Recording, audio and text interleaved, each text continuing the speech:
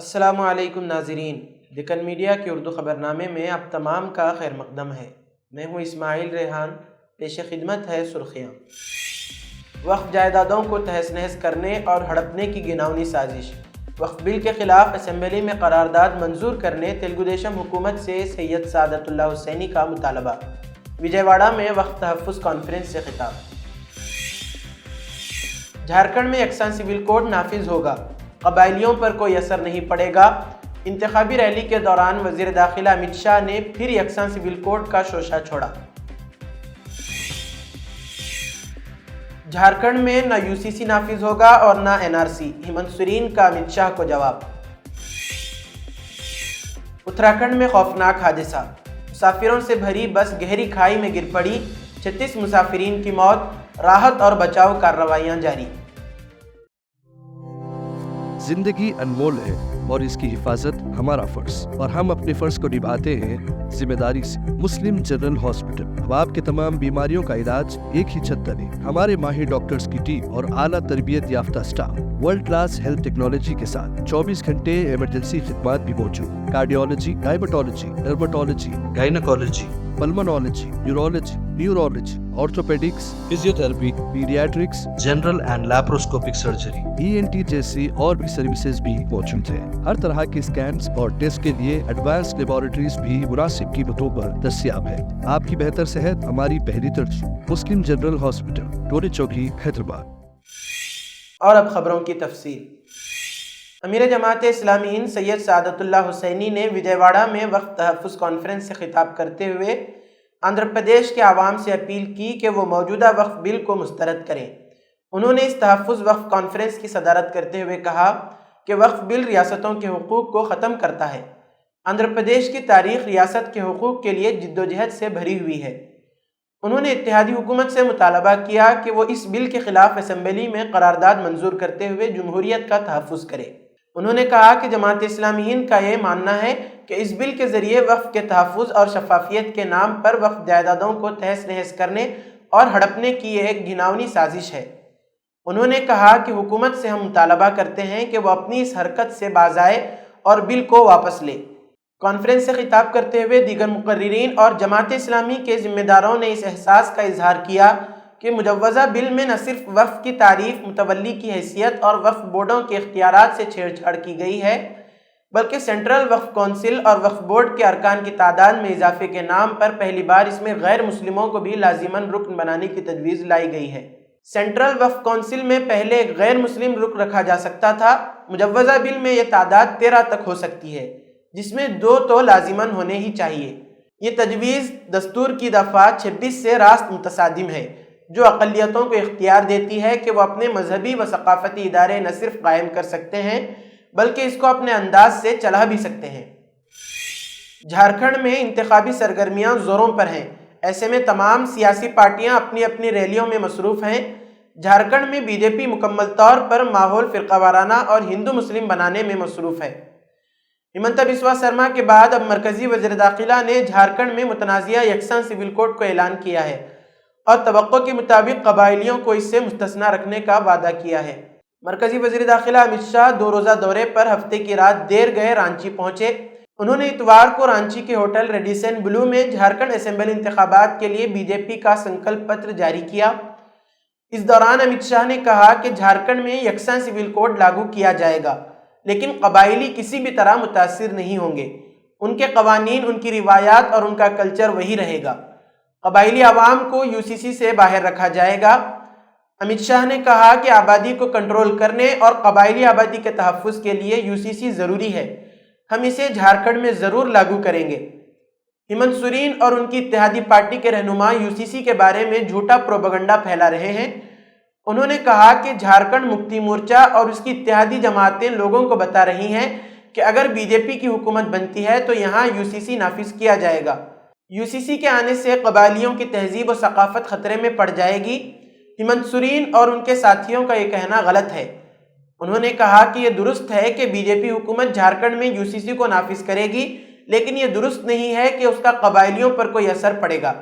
ہم قبائلیوں کو یو سی سی سے باہر رکھیں گے، اس کا ان کی ثقافت، ان کی روایات پر کوئی اثر نہیں پڑے گا۔ شاہ نے وزیر اعلیٰ ہیمنت سورین پر نشانہ لگاتے ہوئے کہا کہ اس میں لکھا ہوا ہر لفظ بی جے پی کا ہر وعدہ پتھر پر ہے، ہم اسے ضرور مکمل کریں گے۔ انہوں نے کہا کہ ہم ایسا جھارکھنڈ بنائیں گے کہ کسی کو نوکری حاصل کرنے کے لیے ریاست سے باہر نہیں جانا پڑے گا۔ بابو، جھارکھنڈ میں یو سی سی ضرور آئے گا، ہماری سرکار جھارکھنڈ میں یو سی سی لائے گی، کوئی آدیواسی کے ادھیکار اور قانون کو یو سی سی سے ہم نہیں چھیڑیں گے۔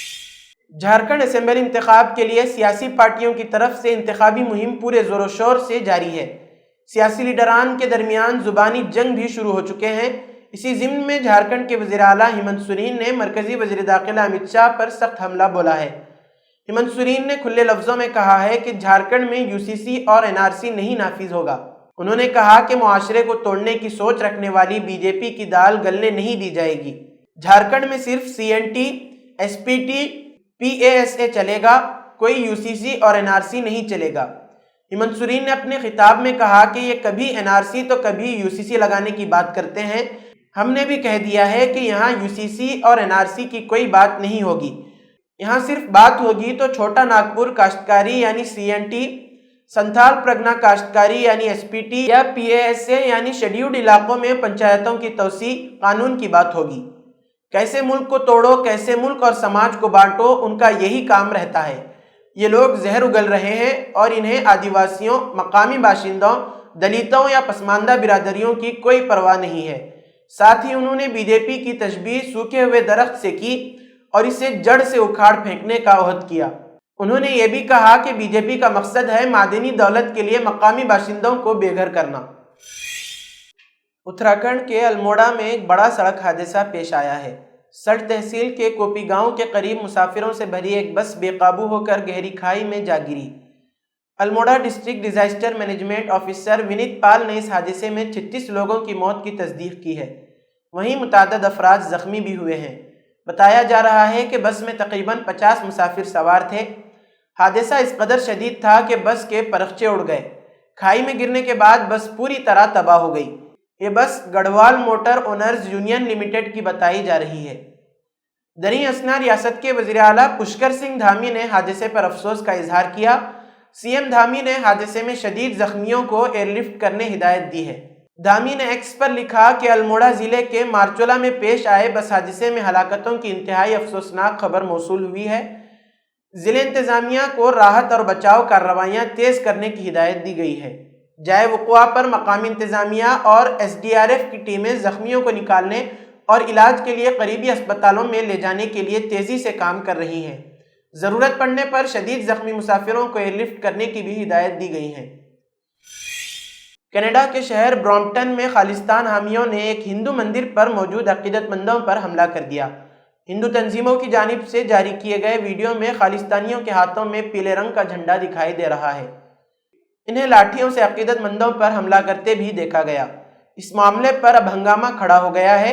کینیڈا کے وزیر اعظم جسٹن ٹروڈو نے برامپٹن میں ہندو سبھا کے مندر پر خالصتان حامی انتہا پسندوں کے حالیہ حملے کی شدید مذمت کی۔ مذہبی آزادی کی اہمیت پر زور دیتے ہوئے ٹروڈو نے کہا کہ ہر کینیڈین کو محفوظ طریقے سے اپنے مذہب پر عمل کرنے کا حق اور آزادی ہے۔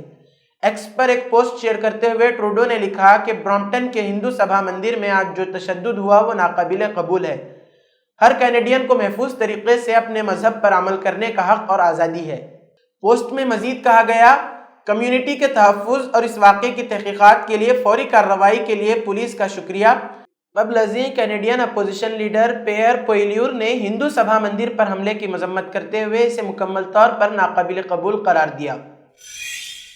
ایران اسرائیل پر پہلے سے بڑے حملے کی تیاری کر رہا ہے۔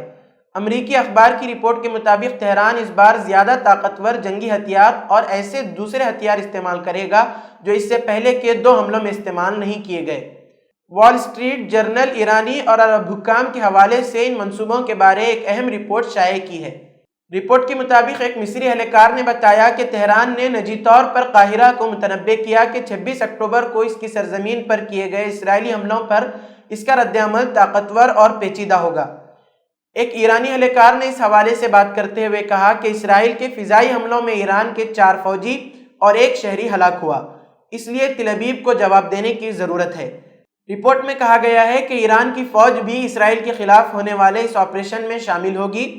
واضح رہے کہ اسرائیل پر ایران کے سابقہ 2 حملے پاسداران انقلاب کی طرف سے کیے گئے تھے۔ حالانکہ اس رپورٹ میں یہ وضاحت بھی کی گئی ہے کہ یہ حملہ بھی صرف فوجی تنصیبات پر کیا جائے گا۔ ایرانی اہلکار نے بتایا کہ یہ حملہ اسرائیلی فوجی مقامات کو پچھلی بار کے مقابلے میں زیادہ جارحانہ انداز میں نشانہ بنائے گا، اور یہ کہ اس آپریشن میں عراقی سرزمین کو بھی پروجیکٹائل لانچ کرنے کے لیے استعمال کیا جا سکتا ہے۔ امریکہ میں صدارتی انتخابات میں چند گھنٹے باقی رہ گئے ہیں۔ ڈیموکریٹک صدارتی امیدوار کملا ہیرس اور ریپبلکن امیدوار ڈونلڈ ٹرمپ کے درمیان کانٹے کا مقابلہ متوقع ہے۔ مختلف رائے شماریوں میں کملا ہیرس کو صرف 1 پوائنٹ کی برتری حاصل ہے، تاہم اس میں غلطی کا امکان بھی موجود ہے۔ دونوں امیدواروں کی توجہ پانسا پلٹنے والی ریاستوں پر مرکوز ہے۔ کملا ہیرس مشیگن میں سرگرم، جبکہ ٹرمپ کی پینسلوینیا، نارتھ کیرولائنا اور جارجیا میں دوڑ دھوپ جاری ہے۔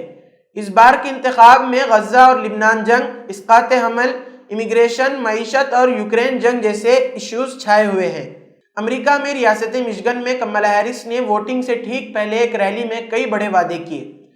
کملا ہیرس نے غزہ میں چل رہی اسرائیل کی وحشیانہ جنگ کو ختم کرنے، یرغمالیوں کو چھڑوانے، اسرائیل کی حفاظت اور فلسطینیوں کے احترام اور خود مختاری کو یقینی بنانے کا وعدہ کیا۔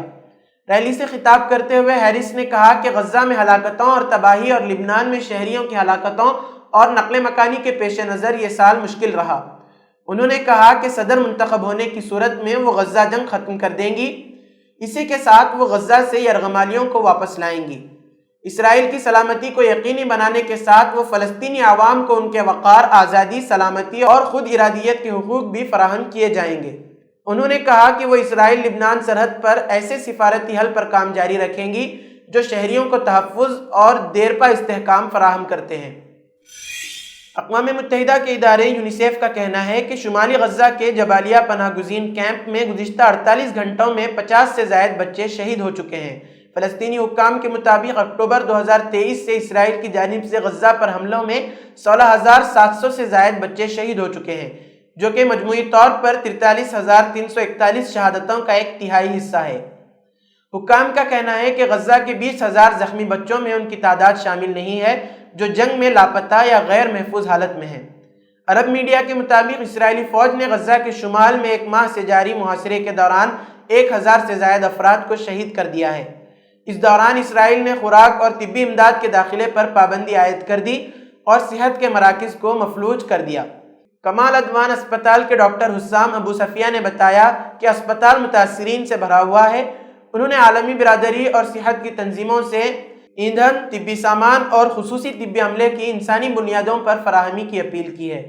یونیسیف کی ایگزیکٹو ڈائریکٹر کیتھرین رسل نے اپنے بیان میں کہا کہ جبالیہ میں بچوں کی اموات اور شمالی غزہ میں دیگر حملوں میں ہونے والی اموات اس تباہ کن جنگ کا ایک اور سیاہ باب ہیں۔